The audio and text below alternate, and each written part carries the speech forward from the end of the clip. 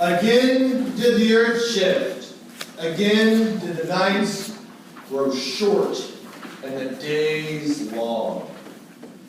And the people of the earth were glad and celebrated, each in their own ways.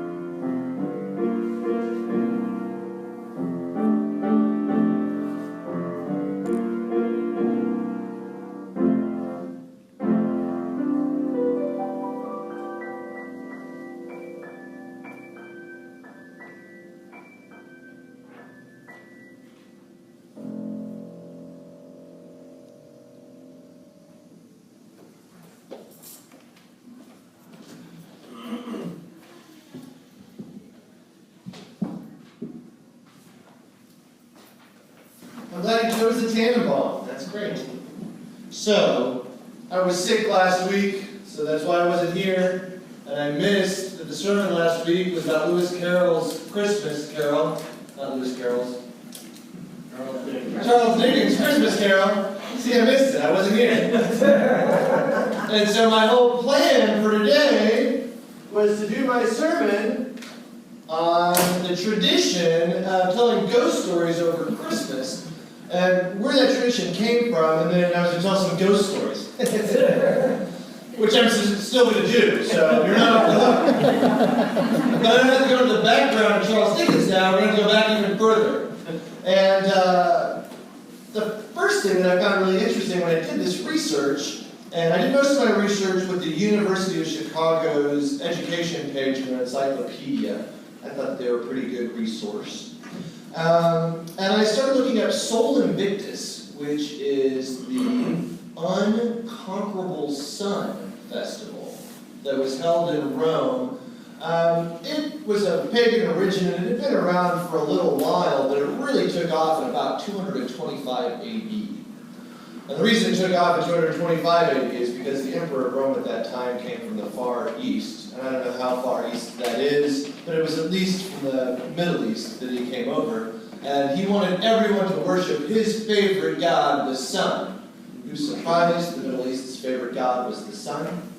And so, Sol Invictus became the day you celebrate. And the day you celebrate was December the 25th. December the 25th was considered the solstice, and it was brought forward as a day for celebration, gift-giving, and it was considered the birth of the new sun and the death of the old sun.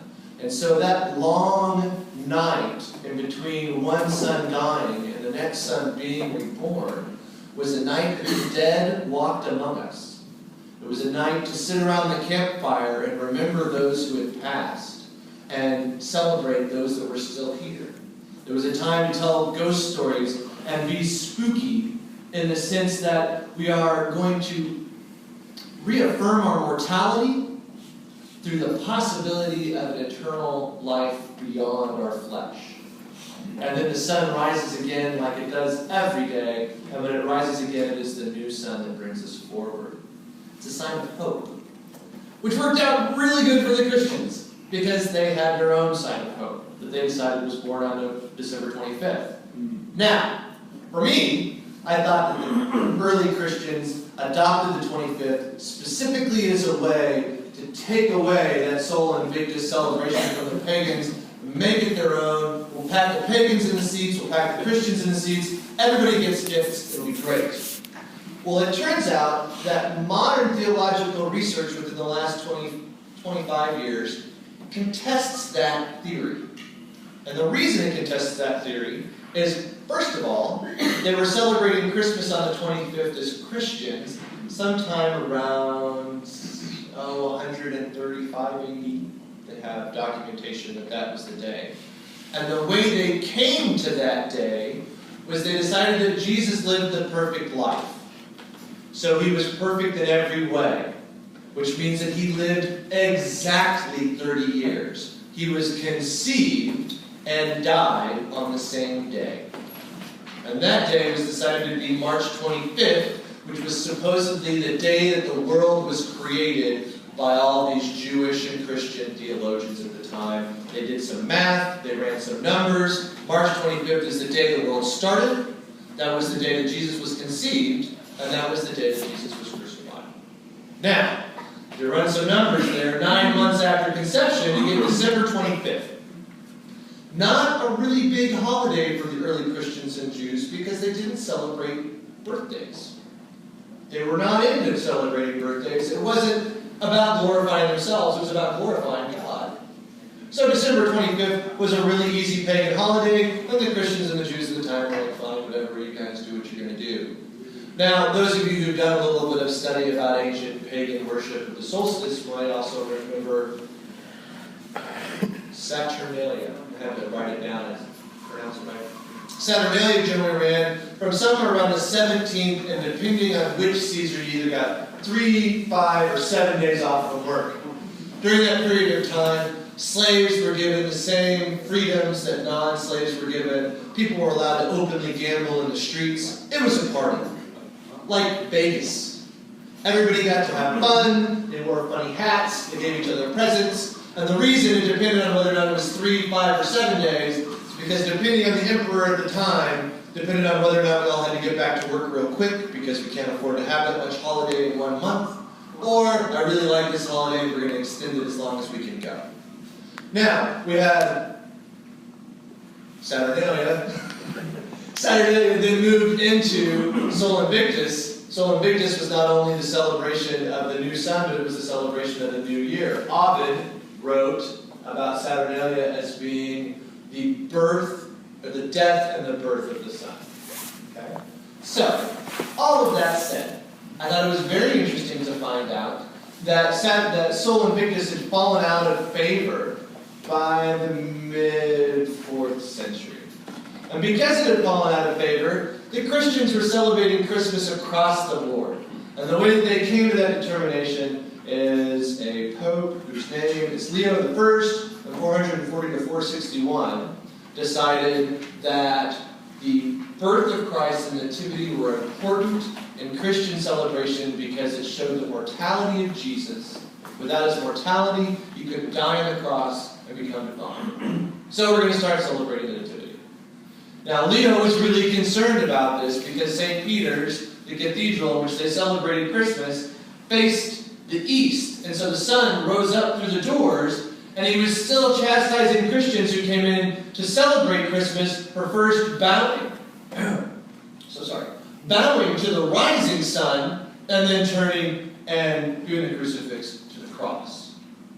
Now, the Christians/pagans who did this were like, well, you know, the sun, S-O-N, the sun, S-U-N, it's the rebirth. God made the sun, God made the sun, it's all sun, we're good. You know, the person was like, no, you can't anthropomorphize the sun like that, it's not fair.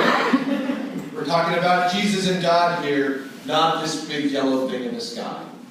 It continued to be a problem all the way up into the 700s when Pope Boniface also complained about the fact that the Romans were ruining Christian Christmas for everybody because they still insisted on partying with the rising sun. This all eventually carries over to the idea that Christmas Eve is a night to stand around the fire, sit around the fire, drink hot toddies, talk about the dead, and prepare for the rebirth of Christ or the sun or whatever's handy. At least we have booze. So, I know, not all of you are really big fans of booze. It's okay. I'm different. That said, I have 3 fantastic ghost stories, and I decided to do Sol Invictus past, present, and future. So, Sol Invictus past would have been a ghost story that Ovid told around the fire while roasting chestnuts with his berobed friends. And Ovid's ghost story is the story of Procne and her sister Philomela. I don't know if I'm pronouncing that right, maybe Philomela. So Procne was the daughter of Pandion. Pandion owned a city-state, he was a king. He was being attacked by hordes of barbarians.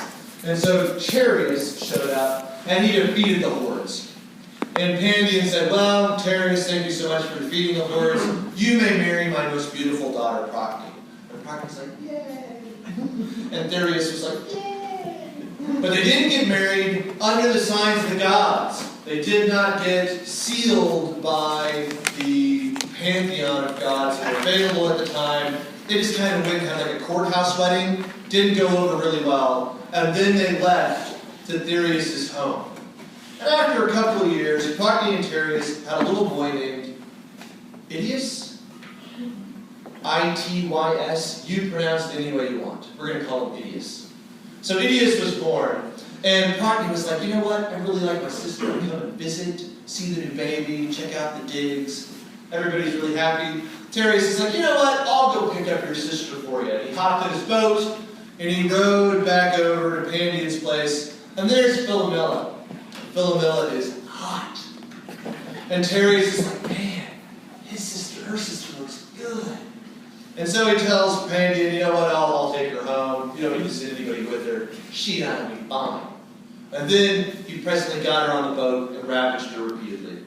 And then he took her to an island and continued ravaging her. She was really tore up about it. She felt like it was all her fault. Victim mentality, it was horrible.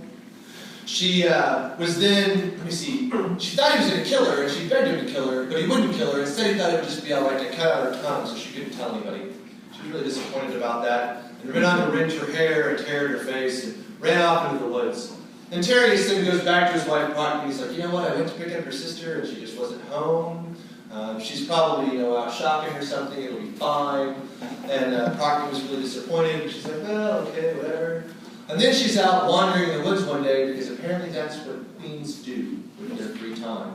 And she comes across a woman who is torn to shreds, leaves and ivy in her hair. When she pulls back the ivy, she realizes that it's her sister Philomela.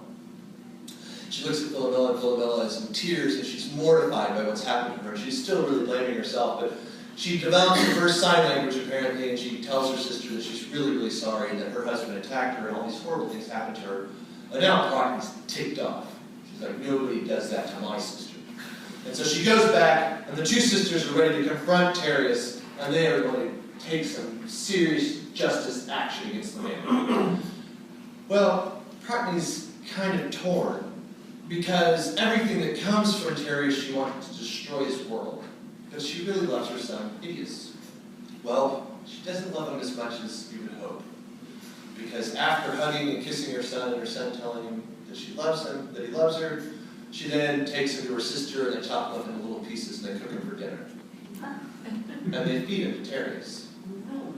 And while Terrius is eating his son, he turns to his wife, and he's like, hey, where's my bright, shiny boy? And Parky goes, oh, funny that.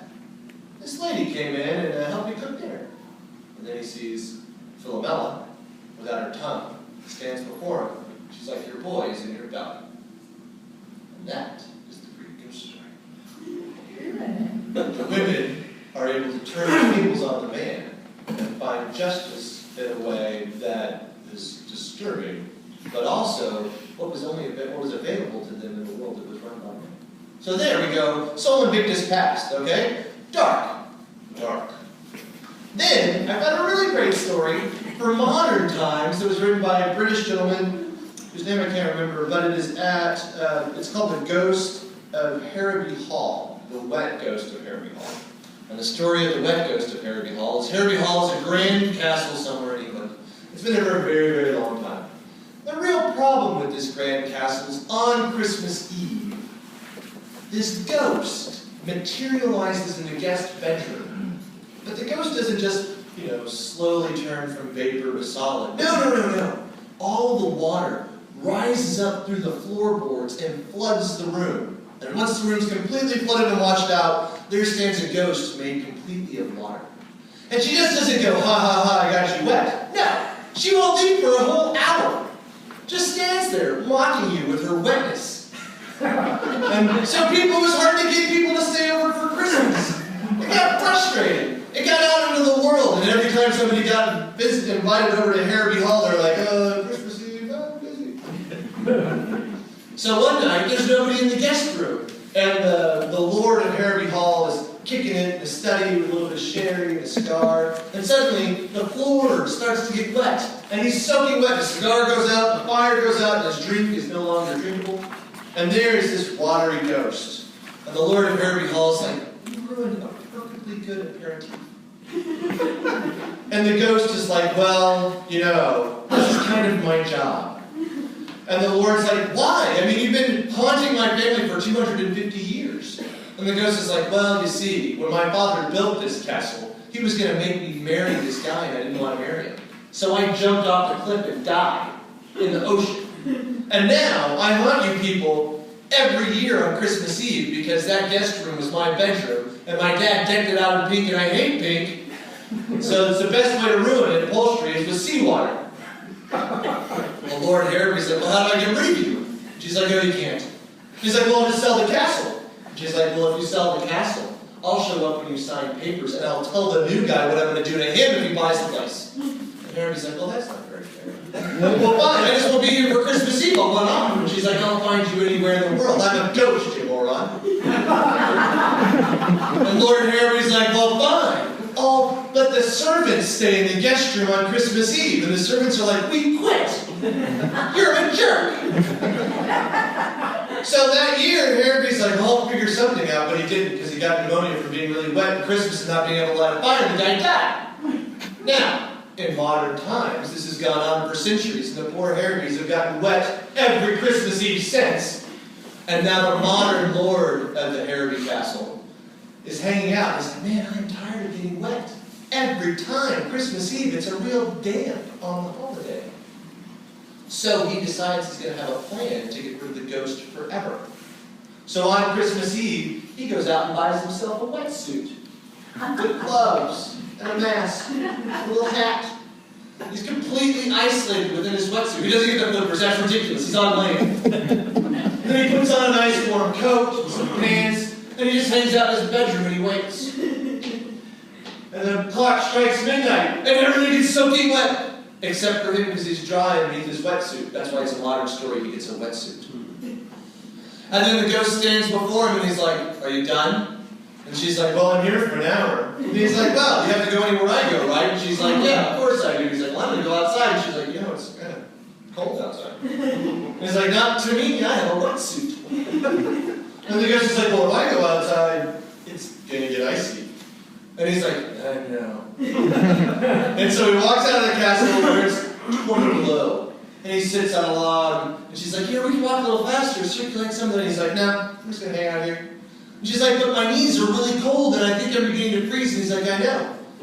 And she's like, but if I freeze, then I can't go away and come back next year. And he's like, I know. And so the ghost completely freezes. And he has a permanent ice statue. She's like, well, if I'm a permanent ice statue, I'll melt and I'll come back and haunt you again. He's like, no, you won't. I'm going to open up one of those ice hotels in Finland. And then you'll be in the lobby for the rest of eternity. And that is the end of that story.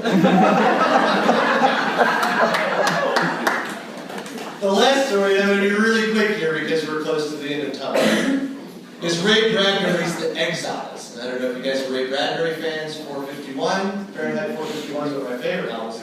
Ray Bradbury's The Exiles is in The Illustrated Man. It's a wonderful collection of short stories. And The Exiles is kind of the footnote to the Martian Chronicles. So if you've read the Martian Chronicles, here we go. So, the premise here is that we have finally got a group, well, man, I'm sorry ladies, it's Ray Bradbury, who wrote back in the 50s, and they're on a rocket to Mars. Which is awesome, right? We're going to go discover Mars. We've had it in the news. We finally sent a rocket out further. We've never sent a rocket out. We might be able to go to Mars one day. Well, our grandkids will, not my grandkids, my kids aren't getting married. They already told me that. But somebody's grandkids will go to Mars. Anyway, so Ray Bradbury writes that all the ghosts of our favorite authors live on Mars. And so the short story begins with the three witches from Macbeth stirring a cauldron and looking into it and going, somebody's finally coming. Because not only is it Shakespeare and Charles Dickens and, I don't know, H.P. Lovecraft who's on Mars, but it's all their favorite characters and ghosts. But it's advanced so far in the future that all the ghosts of all these characters and authors are really disappointed. Poe laments that no one reads anymore.